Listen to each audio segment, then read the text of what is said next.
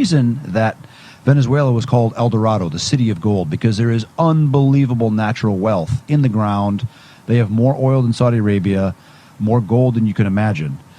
But now the government there, the Maduro cartel, has been allowed to steal not one, not two, but 3 elections. This last round, this election that they just had in July, the opposition parties won 70% of the vote.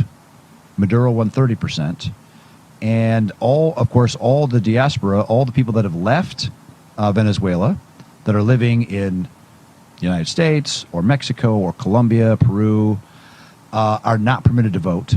But even then, 70% of the people voted to oust these guys. They are backed by the Cubans, they're backed by the Iranians, they're backed by the Russians, and also they're taking it down the road of more poverty, more despair, more socialism.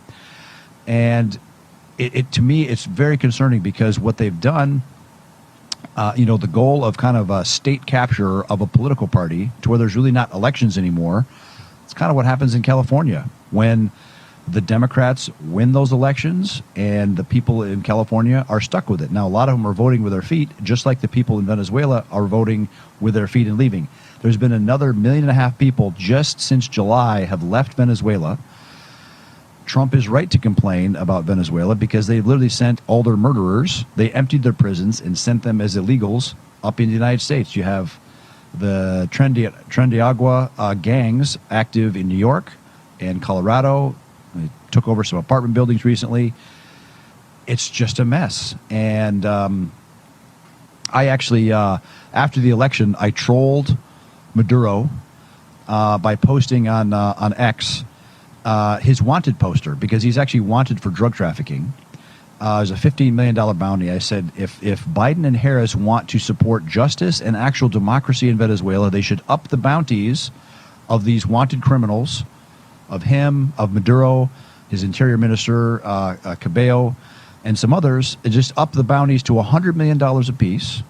They could use frozen funds of the Venezuelan government that the U.S. is already sitting on and sit back and watch the magic happen. They didn't do that, but it's really gone viral in Venezuela. They're really hoping people from America, people from freedom-loving countries will help them get rid of this Marxist socialist gang that is now fully oppressing the country, having rejected 3 elections where they lost, and now staying in power. The Cubans literally flew hundreds of additional security agents into the country.